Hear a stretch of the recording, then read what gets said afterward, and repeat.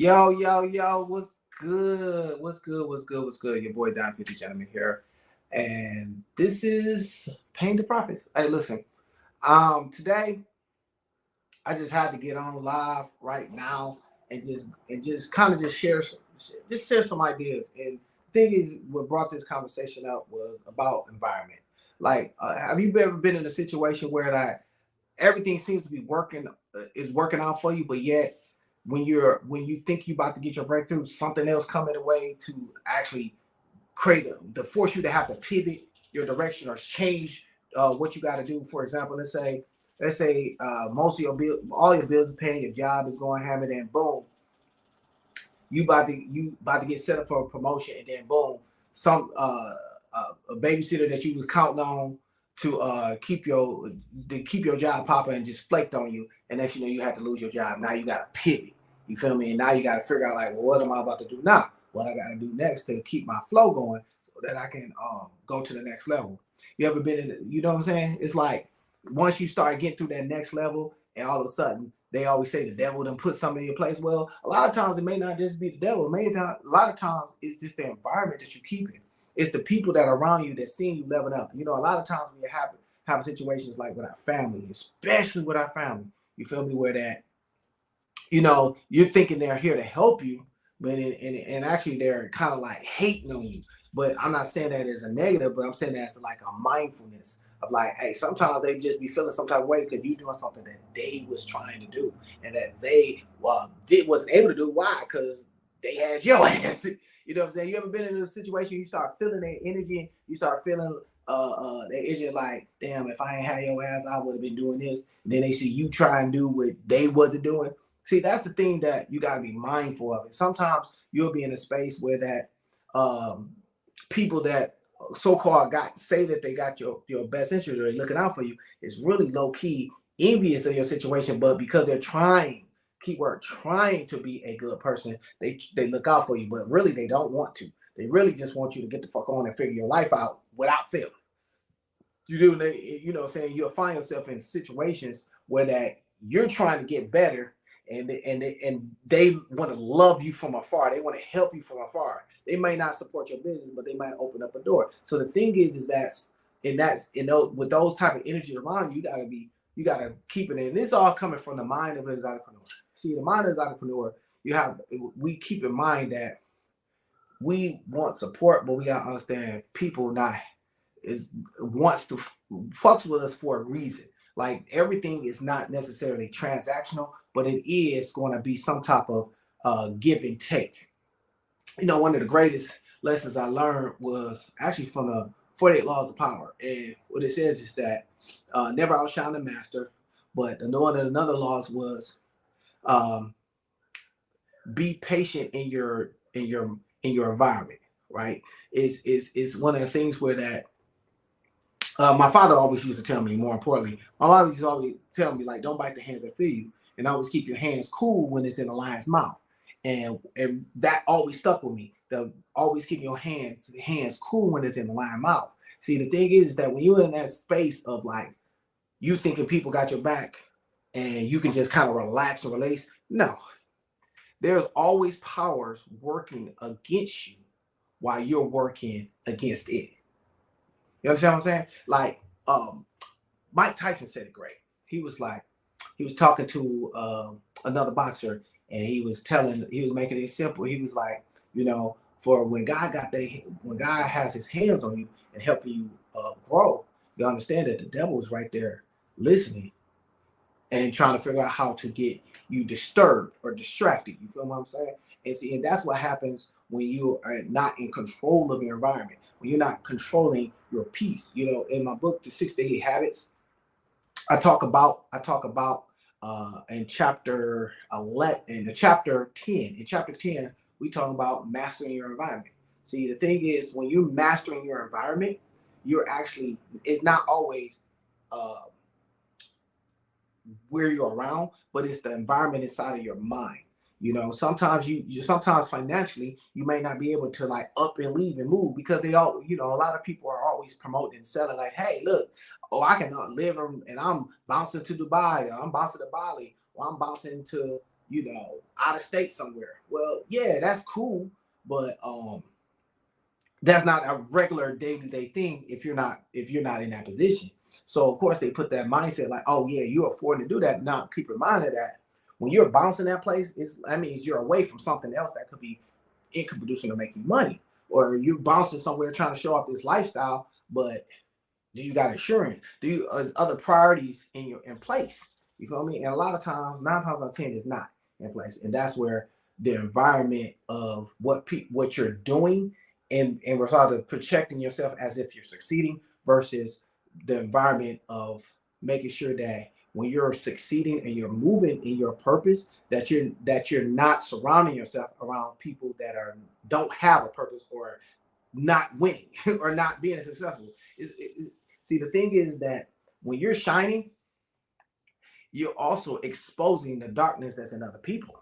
And the Exoticpreneur does that very well. Why? Because when you're operating in your greatness, if you're operating on your purpose, that means you're living a lifestyle. You're moving in a space that most people feel envy about, they're jealous about, and they subconsciously start to compete with you, even if they're not always saying bluntly, "Oh, I want to make you a rival. I want to compete with you." Instead, they do little sneak disses. You feel me? They do little subtle things to kind of hit the jab at your character, jab at your person, jab at your things. Like we all know that the Diddy thing has been popping real heavy, and it kind of fun. It's funny how it reminds me of Hoover, the history of how Hoover went around and did his thing to amass power and influence. It reminded me, and this is just historical fact. I'm not speaking out against neither one of them. They used they understood power in a level where that people got facades, and being an exoticpreneur, you see the facade and you just choose to play with it or not play with it. Most people I can comfortably say, hey, when you're moving in as exoticpreneur, they already judge you, and they already going to judge you and look at you as less than, because you're the servicer, you're not the servicee. You feel me? So because you're in a servicing space, they're always going to have a superiority complex. So mind of the exoticpreneur is when you're protecting your environment, because now they look at you, and I'm sharing with you how they look at you when you're doing anything other than cutting the check. They're going to look at you as less than or unqualified to be competent. And when you let people know that you're competent, not just by my actions, but by my results from what I'm getting, you're now able to take control of your environment irregardless of the pivot. Now, how does that look? How does that thing? See, one of the things that you can do to protect your mind and protect your environment is read. Like, you have good stuff in, good stuff out. Bullshit in, bullshit out. It's a very reciprocal way of mind, frame of mind. Is like, if you want to go on fertile ground, it's like if you want to grow a garden, how would you grow it if say, what are the ingredients that you need to grow a garden? You need seed, you need sunlight, you need the ground itself, you need water. Those are the basic fundamentals. So then when you look at your life's environment, well, what do you have around you that can give you the basics? You need food, you need some form of an income stream, right?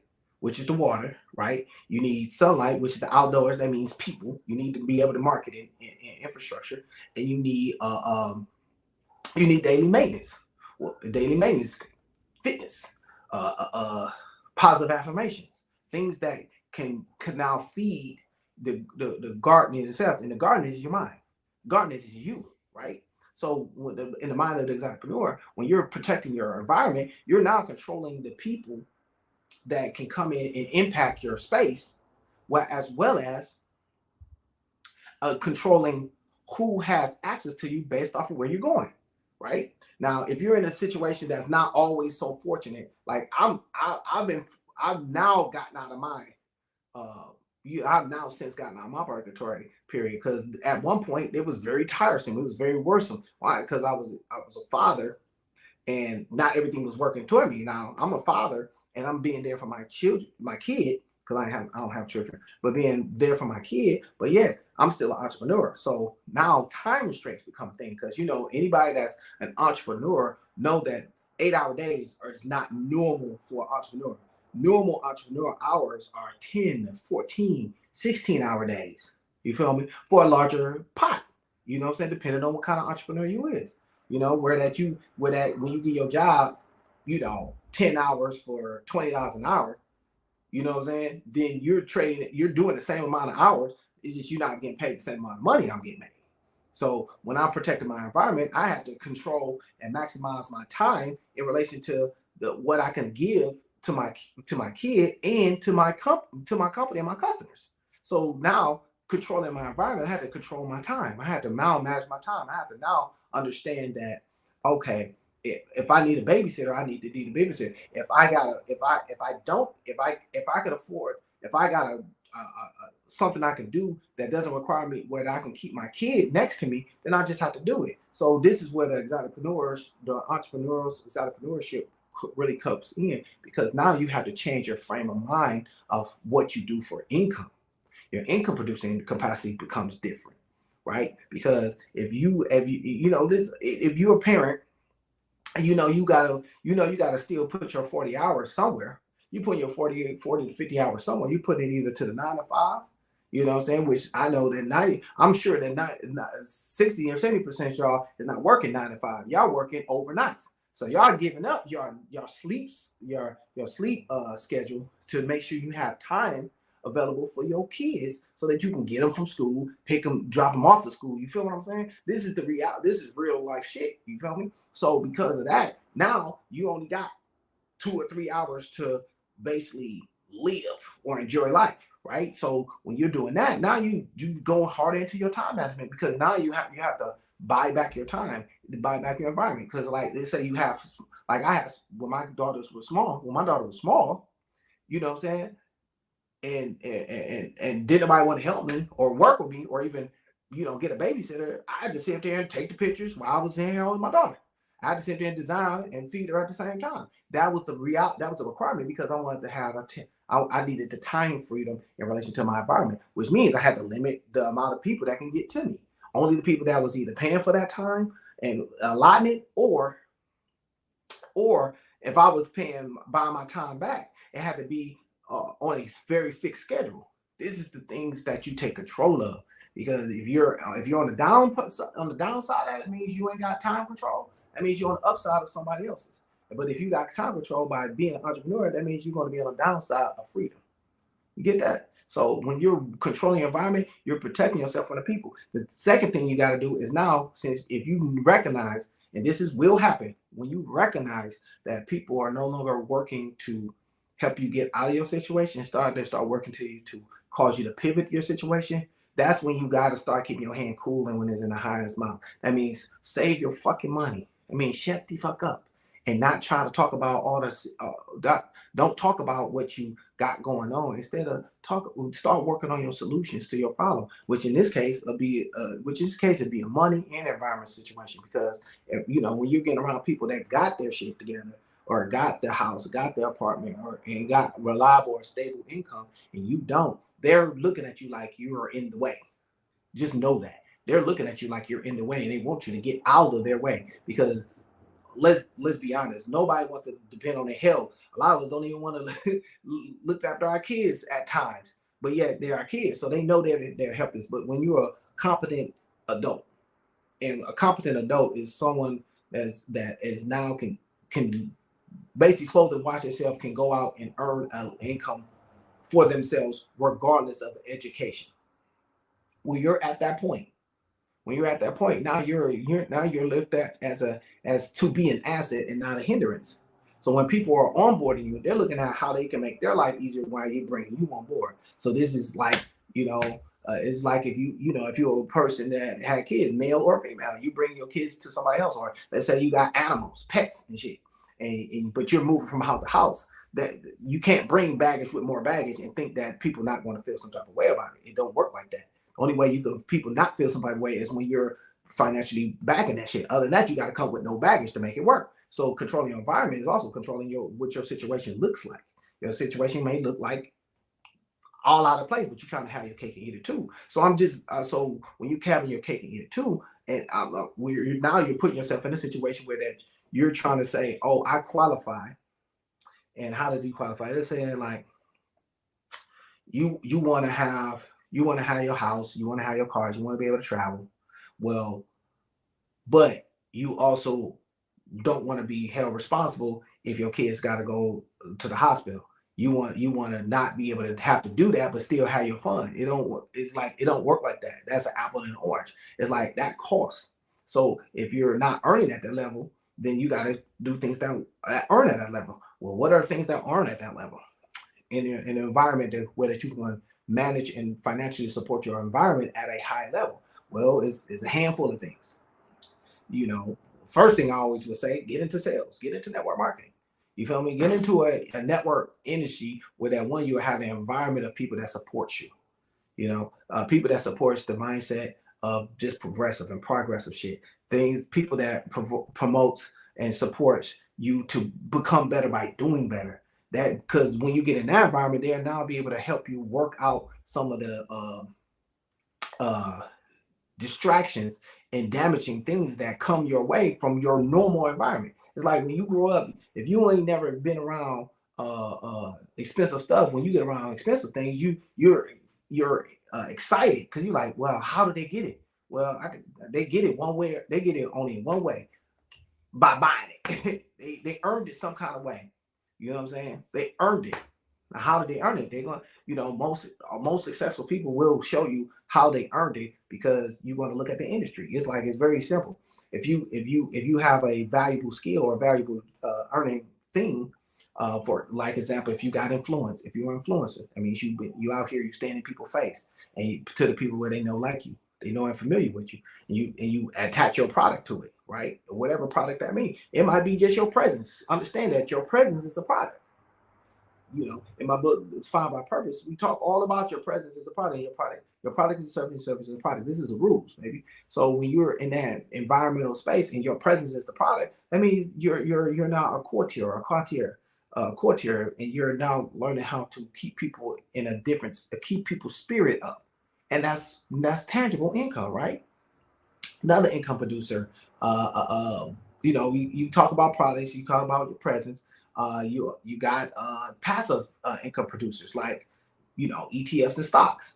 There's real estate. Now, how do you get in real estate? We all know that that's a pricey situation, but those are passive income streams. Well, how do you get started? You can start by working on your credit, getting your credit, making yourself credit worthy.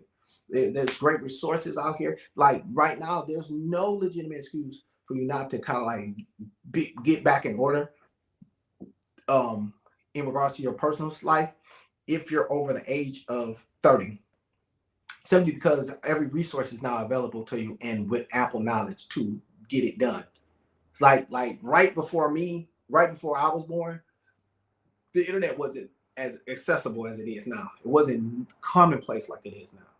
I'm still from that era where AOL was just existing, and I was doing dial-up for real. Now, if you were 30 and younger, or if you're 30 and older, you remember those days. So now that gap is shrunken, where now your ability to control your environment and control your income is higher, which means the excuses are smaller now. It means, oh, I don't feel this, I don't feel that way. Well, your feelings ain't going to, that's like if DTE don't feel like, if the light company don't feel like cutting your lights on, they're not. You feel me? But they is. Why? Because you got to cut the check. So now you can now create the environment for yourself to now move forward and now gain more insight, gain more accessibility, gain more appeal. And in the mind of the entrepreneur, we control our environment because we have to make sure that the people that need to be around us has access to us because they have proven themselves as being accountable, reliable, and acceptable, where that they're not weird, that they're not malicious in this, because you can't ignore body behaviors. You cannot ignore how a person feel about you because they're going to show you. See, the great part about seeing the behaviors of people, and I challenge everybody to grab this book called Cybernetics. It's a great book. and it gives a lot of different things about your psychology and the psychology of the mind and how it moves and interpret things. What did you could pick up on behavior cues. And another great book is by Robert Greene called The Laws of Human Nature. Just a great book. It's long as shit. So if you're not a long-term reader, get it on Audible. I don't have any links on there, so I'm not selling you nothing or getting any type of affiliate kickback. It's just a good book that I've read and gained a lot of behavior cues on how to see things. And it only came from experiencing it when I was, operating nightclubs and seeing it firsthand. Like, they not making this stuff up, even though these books was written from from periods that was not even around. These was pulling stories from the 1800s, the 1700s, the 1400s, but the patterns are still the same. And when you realize that these are just patterns that work in containers, like people are people, and you as being an exoticpreneur and knowing that once you're excelling yourself and allowing yourself to excel, people in your immediate environment that has never achieved the level of success that you're on your way to or have achieved are now going to be the very people that may not be supportive on your transformation. And when you're on that transformation to that transition, you got to cut that. It's like you got to elevate, you got to separate to elevate. And once you elevate, you can't not back it up. You know what I mean? Because the reason being, when they back it up, they're pulling you backwards or they're pulling you down. And it's one thing to be a crab, be around crabs in the barrel. It's another thing to be in a school of fish. See, schools of fish work together, and they're going to always move in a tangent to keep going to the right direction in the right on purpose. Crabs in the barrel going to always try to figure out how to pull you down while they try to come up. And if you get out, they trying to latch on to your ass to the point where that you can't get out. And once you and that's just the reality of where you get out. So look around you and see if your peoples are cabs or your peoples are schools. You feel me? If your people are crabs, they're gonna show themselves, and don't allow yourself, when you recognize it, that they're gonna be trying to find a way to pull you down. And if you allow yourself and put the work in and keep climbing out to pull out, yes, some of them crabs might latch onto you and you get out of the thing, but once you're free, you free. You feel me? Once you out that barrel, you out that barrel. Now get you around a school of fish, of like-minded people that will now promote your good environment with your good energy, with the progress that's in, because they don't hate on you, they support you. And that's the thing. And I hope that was something that resonate with you, that kicks with you. As you know, we got a great event coming up May 11th. That's a Saturday from 7-Eleven, Twerking Tacos, where we are networking, but we are twerking, and we're going to have some great tacos that's going to be provided by Perfect Eats. You can follow her out there. Her name is Zay. So make sure y'all are in the building for that bad boy, because it's going to be freaking awesome. I do it straight. Of course, I'm going to hit y'all with a straight call. I'm about to change these colors for y'all real quick. Boom, because, here's the fly right here. Just go ahead and tap that in. Boom. May 11th, you can see that. You can DM me directly. You can DM me for the link to go ahead and sign up to get, and we are offering a cash prize to the best twerker in a room. You feel me? So if you want to compete, meet this May 11th at Twerking Tacos. You feel me? It's always gonna be a blessing to get liggy, and get jiggy with me. I gotta change the color back. Hey man, but with that being said, all I want to say is find your purpose. Let's wear a pie. Stay healthy. Let's be wealthy. Don P out.